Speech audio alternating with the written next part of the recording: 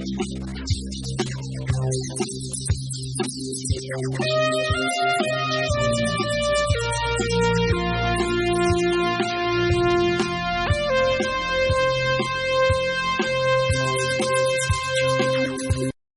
to segment 2 of Citizens Forum. This is being filmed on Tuesday, June the 23rd in the Memorial Arena in Victoria, BC. Our guest in this segment is Torrance Costa. Torrance is with the Western Canada Wilderness Committee, often known as WC Squared, and we're going to be talking about what's happening right now in a very famous place around Victoria, which is the Walbran Valley. So maybe you can just tell us where it is in relation to Victoria and what's going on. Yeah, so the Walbran Valley is on southwestern Vancouver Island. It's between Port Renfrew and Nitnat Lake. There's a series of valleys which have traditionally hosted some of the most spectacular old-growth forests in the entire country, really. This is an area that was partially protected in the early 90s after really fierce public pressure campaigns, along with the entire neighboring valley, which is called the Carmanah Valley. So the Carmanah and Walbran valleys are partially protected, and the unprotected part of the Walbran Valley is really what we're concerned with now. Since the early 90s, logging has continued at a really unsustainable rate, and we've now got less than 10% of the original forest at low elevation left on Vancouver Island. Logging company by the name of Teal Jones is targeting one of the last pockets of standing old growth, which is in the Walbran Valley, and that's what we're really trying to draw attention to right now, and pressure the provincial government to step up and find a solution that keeps these trees standing.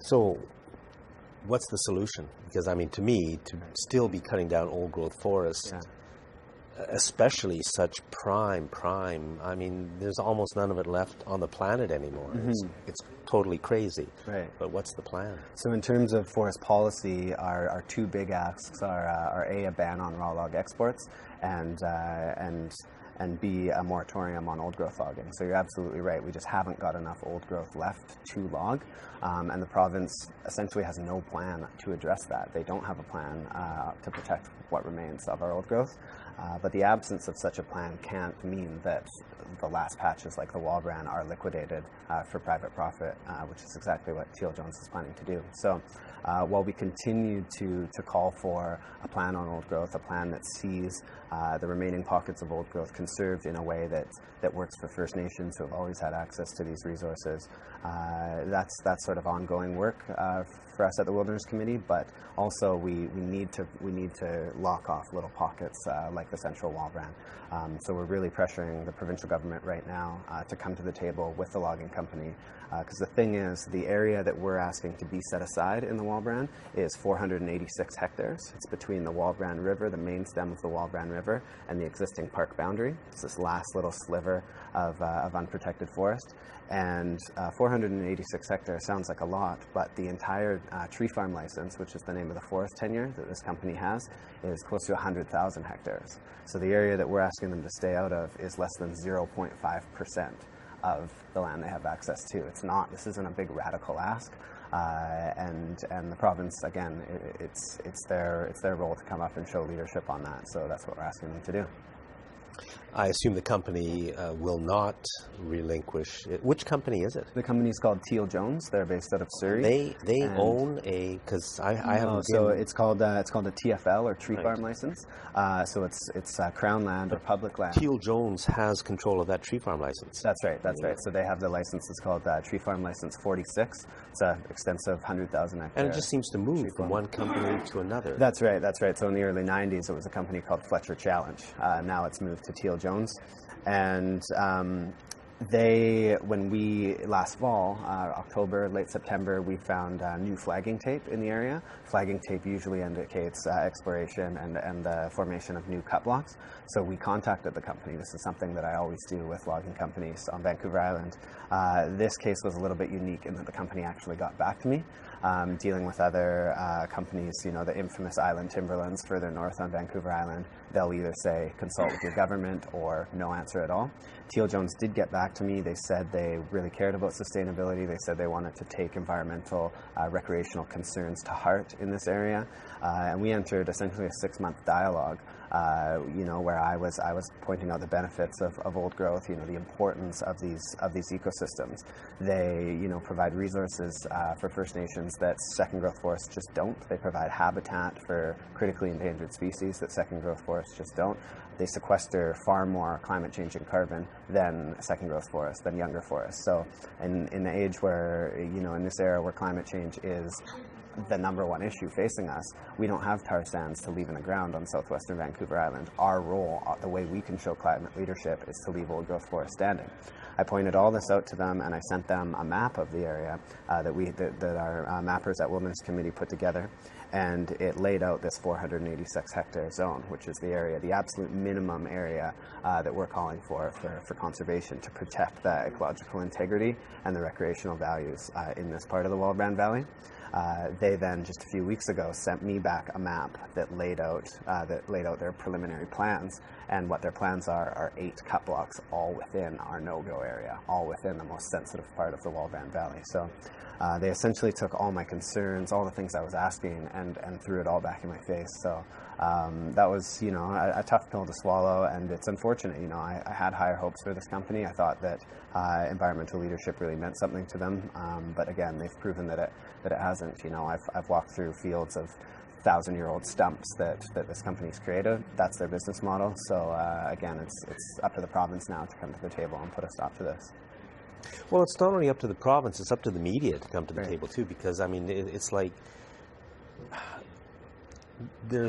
I listen to CFAX, I read the TC, I read the Globe and Mail, I try to watch the national news on CTV or CBC once a day just to see the story that they're feeding us. And this isn't big news, but it should be big news. Yeah. So it got a little bit of attention. We took the company's logging plans and went public with them. It did receive a little bit of attention, but nothing to the scale, nothing that matches the urgency of the situation. With less than 10% of intact low elevation rainforest remaining on Vancouver Island, this is a crisis. The old growth situation on this coast is an absolute crisis, and the province isn't treating it like that, and unfortunately the media is not, for the most part, recognizing that either. Absolutely, there's other concerns facing the island. The situation, the straits that the wild Pacific salmon are in. But it's all the same issue. It is, of course, all the same corporate destruction of the entire planet. So here we have a chance to save something. And not only the corporate destruction, the corporate government destruction of the entire planet. And that's why, organizations like ours, we try to work on as many of these issues as we can. We speak in opposition to a lot of things, but we also speak in favor to other things, relocalizing our economy, getting more value for the resources that we do have. Because still, even though the majority of resources, be it timber, be it salmon, have been plundered, we're still relatively resource wealthy in comparison to other parts of the world. But we're not acting like there is any end in sight, even though it's very clear that there is. We're not acting like there's a climate crisis, even though it's very clear that there is. So advocating for solutions to these problems is part of the role of organizations like ours, as well as opposing projects that are just absolutely short-sighted, that serve no public interest, and threaten the environment, be it old growth logging, be it LNG, be it tar sands pipelines. So when does this company and Christy Clark plan to start logging in the Walbran Valley? So that's another thing that we're scrambling to get our heads around. So the company, again, they sent us their preliminary plans before they went and applied for these permits. So to date, I just checked this afternoon, they haven't yet made an application. We're trying to turn this into a big issue for them and for the province before they do submit those applications.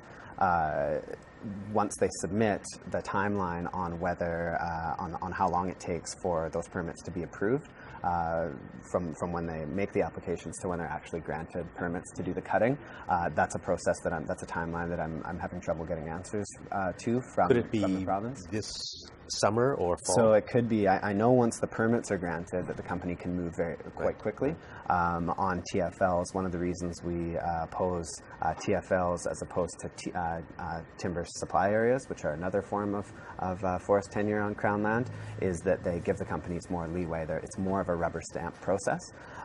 It's actually the only really benefit of this climate change intensified drought that we're experiencing on the West Coast right now is that the conditions out in the woods, I was just out in the Walbran weekend before last, and things are really dry out there. Whether the company can move forward and do so in a safe way, given the risk of wildfire, that's one thing that they'll really be looking at. So again, you know, this dry weather, which is having all kinds of negative impacts. So what's your plan? Could hold them off for a little bit. So they're planning to go ahead. They could start as early as the summer. What do you guys do? I mean, we want to see this. We're a nonprofit charity. We want to see this resolved before it goes to blockades. It has in the Walbran before. Gone to blockades. There's been mass arrests there in the early 1990s. Think there's the possibility? Oh, absolutely. There's legions of people that we're tapped into as a grassroots organization that want nothing more than to make the bridge over the Walbran River this year's Burnaby Mountain. We don't want to see it go there. We want to see this resolved in a diplomatic way. We want to see it resolved with the province. It's unfortunate, but we have to say that it's good that people are willing to do that, because they won't stop. The corporations and the government and the media that they own will not stop. They will destroy everything, as we can clearly see. So it's wonderful that there are a lot of people willing to stand up and stop them, which is it's the only thing left. Right. But there's got to be a plan. You guys don't. What's at the same time? At the same time, buy you know, it from them. It might. What's ours? It might.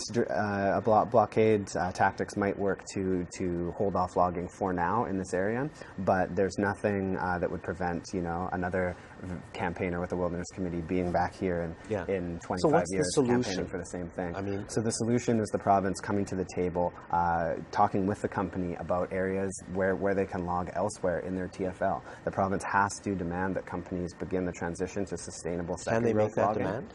Pardon me? Can the province make that demand? Absolutely. The forest industry the forest ministry is there to regulate the forest industry. It's not to roll over and let these companies roll over our forests. It's to step in and say we need to be getting a higher value from our forests. We need to be harvesting second growth in a sustainable way. We're not going to get to that future industry by liquidating the very last of the old growth. Torrance, we're out of time. Thank you very much. Yeah, thank you. So, Christy Clark, it's up to you. Another, not that you care, but another part of BC is being destroyed. Thank you for watching this segment of Citizens Forum.